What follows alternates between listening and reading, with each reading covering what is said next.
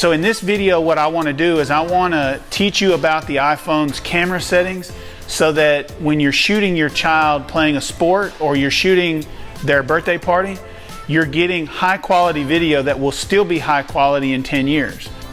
So the first thing you want to do is navigate to your settings, and then we're going to scroll down to where it says camera right here.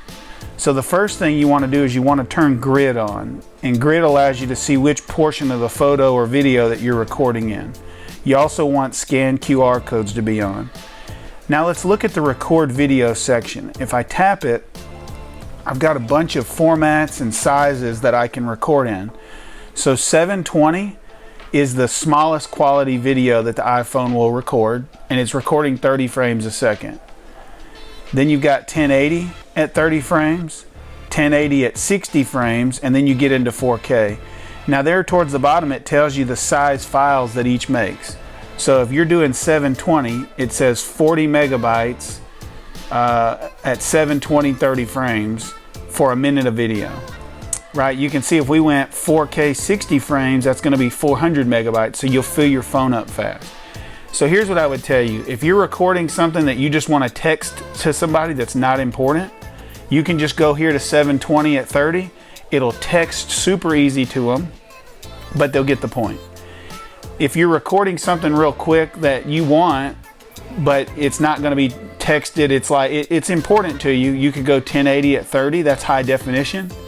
But now if you're doing something that you want to preserve for a long period of time, say your child's birthday, then I would switch over to 4K at 30.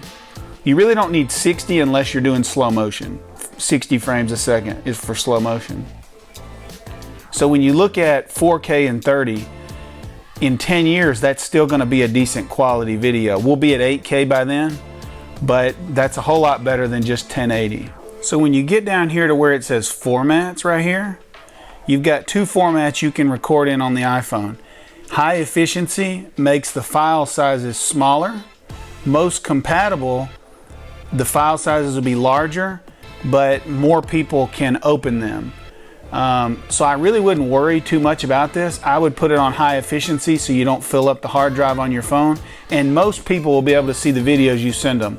Alright, so if you're on the iPhone 11, let's open up the camera app real quick.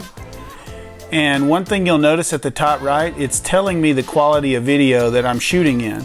Well, what's cool is they added a function where I can tap and change the quality. So I just went to HD. Remember, HD is 1080. If I tap there again, it switches over to 4K. So I can switch it to HD, and then I can tap the number 60 there, and it'll go to 30 or 60.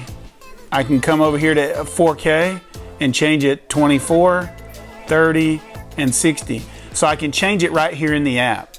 So if you don't have an iPhone 11 and you want to be able to switch the formats in the app rather than having to go to the settings, I've got a solution for you.